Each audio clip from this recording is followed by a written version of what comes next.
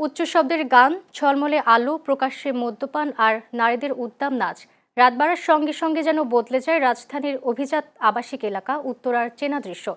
আবাসিক এলাকার ভেতরে গড়ে ওঠা একাধিক মদের বার ঘিরে এখন বাড়ছে উদ্বেগ, ক্ষোভ আর নিরাপত্তাহীনতা। সম্প্রতি পুলিশের অভিযানে অনেকে আটক হলেও স্থানীয়দের দাবি ভুল হোতারা এখন ধরাছোঁয়ার বাইরে। আরিফ হোসেন চৌধুরীকে সাথে নিয়ে বিস্তারিত মুস্তাফিজ রুমনের রিপোর্টে। ঝলমলে আলো, উচ্চ শব্দের গান, প্রকাশ্যে মদ্যপান আর নারীদের উদ্দাম নাচ রাত গভীর হওয়ার সঙ্গে সঙ্গে যেন পাল্টে যায় উত্তরার কিছু বারের ভেতরের দৃশ্য।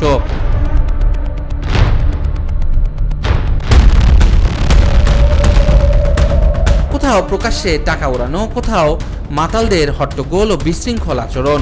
আবাসিক এলাকার ভেতরে গভীর রাত পর্যন্ত চলা এসব কর্মকাণ্ড নিয়ে দীর্ঘদিন ধরেই বাড়ছে স্থানীয়দের উদ্বেগ। তাদের অভিযোগ, নিয়ম নীতি তোয়াক্কা না করে বছরের পর বছর পরিচালিত হচ্ছে এসব বার। তরুণী ছেলে মেয়ে সহ দেখলে বিশ্বাস করে গা শিওরে ওঠে যে এই বয়সে এত সুন্দর চেহারা মেয়ের যুবক যুবতীরা এসে এখানে এই নেশা জাতীয় দ্রব্য সেবন করে আবার অহরহ বের হয়ে যেতেছে। তরুণ সমাজকে এখন কে বা কারা এই চক্রান্ত চালাচ্ছে এটা বিষয় আমরা বলতে পারবো না। তো তরুণ সমাজকে নষ্ট করার জন্য এই মাদক দ্রব্য দায়ী। এসব বারের অপতৎপরতার প্রতিবাদে সম্প্রতি রাজপথে নামেন স্থানীয় বাসিন্দা, আলেম ওলামা ও বিভিন্ন সামাজিক সংগঠনের সদস্যরা। পরে জনরোষের মুখে পুলিশ বিশেষ অভিযান চালিয়ে 144 জনকে আটক করে আদালতে প্রেরণ করে। মাদক খেয়ে এসে নিচে বিভিন্ন ধরনের হাঙ্গামা শুরু করে, মেয়েরা যায়, মেয়েদের গিয়ে মেয়েদের হাত দেয়, রিক্সা থামায় রাখে, বিশৃঙ্খল যত বিশৃঙ্খল আছে সবগুলি মাদক খেয়ে বাদ থেকে নেমেই এসব সঙ্গে আমার সময় ভালো লাগে। এই বার থেকে 130 জনের মতো মহিলা বা মা বা সন্তান বা স্টুডেন্ট অনেকদেরকে এখান থেকে বের করা হয়েছে। কেন? এই বারের কারণ।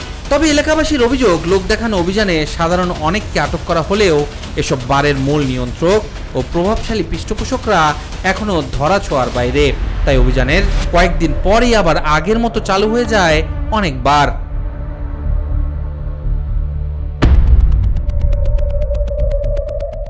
তবে এসব বিষয়ে উত্তরার জন্য উপপুলিশ কমিশনার বলছেন, পারমিট ছাড়া অ্যালকোহল বিক্রি ও সেবন আইনত দণ্ডনীয় অপরাধ। তাই নজরদারি বাড়ানোর পাশাপাশি অভিযান অব্যাহত রয়েছে পুলিশের। এই উত্তরা অঞ্চলে যে সমস্ত বারে আপনার অনুমোদনহীনভাবে আপনার মদ পান বা মদ বিক্রয় চলছে তাদের বিরুদ্ধে অভিযান পরিচালনা করেছি এবং ভবিষ্যতে এই ধরনের অভিযান অব্যাহত থাকবে।